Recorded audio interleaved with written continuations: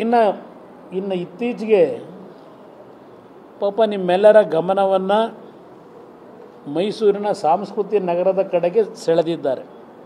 ನಿಮ್ಮ ಗಮನವನ್ನೆಲ್ಲ ಮೈಸೂರಿನ ಸಾಂಸ್ಕೃತಿಕ ನಗರ ಅಂತಕ್ಕಂಥದ್ದೇನಿದೆ, ಆ ಒಂದು ನಗರದಲ್ಲೂ ಸಹ ಮೂಡಾ ಹೆಸರಿನ ಒಂದು ದೊಡ್ಡ ಹಗರಣದ ಬಗ್ಗೆ ಮಾಧ್ಯಮದ ಸ್ನೇಹಿತರು ಇವತ್ತೇನು ವಿಷಯಗಳನ್ನು ಜನತೆ ಮುಂದೆ ಇಡ್ತಾ ಇದ್ದೀರಿ. ನಮ್ಮ ನಗರಾಭಿವೃದ್ಧಿ ಇಲಾಖೆ ಸಚಿವರು ನಿನ್ನೆ ಚಾಮರಾಜನಗರದಲ್ಲಿ ಒಂದು ಮಾತು ಹೇಳಿದ್ದಾರೆ. ಹಗರಣವೇ ಆಗಿಲ್ಲ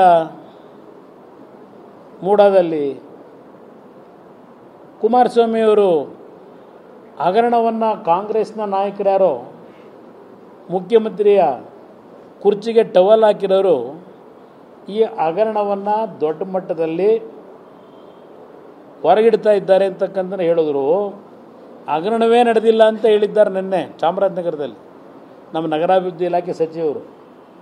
ಹಗರಣವೇ ನಡೀತಾ ಇದ್ದ ಮೇಲೆ ಯಾರೋ ಅಧಿಕಾರಿಗಳನ್ನ ಇಟ್ಕೊಂಡು ತನಿಖೆ ಯಾಕೆ ನಡೆಸ್ತಾ ಇದ್ದೀರಾಗಿದ್ದರೆ?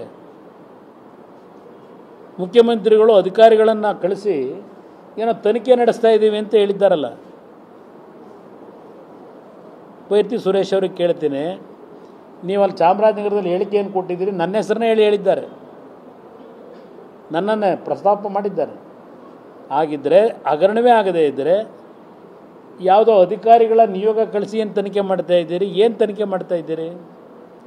ವಿಶೇಷ ಹೆಲಿಕಾಪ್ಟರ್ನಲ್ಲಿ ಹೋಗಿ ಯಾವ್ಯಾವ ದಾಖಲೆಗಳನ್ನು ತುಂಬ್ಕೊಂಬಂದಿರಿ? ಮೂಡಾ ಕಚೇರಿಯಿಂದ ಯಾವ್ಯಾವ ದಾಖಲೆಗಳನ್ನು ತುಂಬ್ಕೊಂಬಂದಿದ್ದೀರಿ? ಹಿಂದೆ ಇಲ್ಲದಂಥದ್ದು ರೀಡು ನಡೀತಲ್ಲ, ಹಿಂದಿನ ಸರ್ಕಾರದಲ್ಲಿ ಇವರೇ ಅಧಿಕಾರದಲ್ಲಿದ್ದಾಗ ಕೆಂಪಣ್ಣ ಆಯೋಗದ ಅವರದೇ ಹೆಸರಿನಲ್ಲಿ ರೀಡನ್ನ ಎಲ್ಲಿಗೆ ತಗೊಂಡೋಗಿಟ್ರಿ? ಏನಾದ್ರು ವರದಿ ಏನಾದರೂ ಜಾರಿಗೆ ತಂದ್ರ? ಪಾರ್ಟಿ ಎ ಪಾರ್ಟಿ ಬಿ ವರದಿ ಕೊಟ್ಟಿದ್ರಲ್ಲ, ಅದರ ಕತೆ ಏನಾಯಿತು? ಈಗ ಯಾರೋ 4 ಜನ ಅಧಿಕಾರಿಗಳು ಕಳಿಸಿ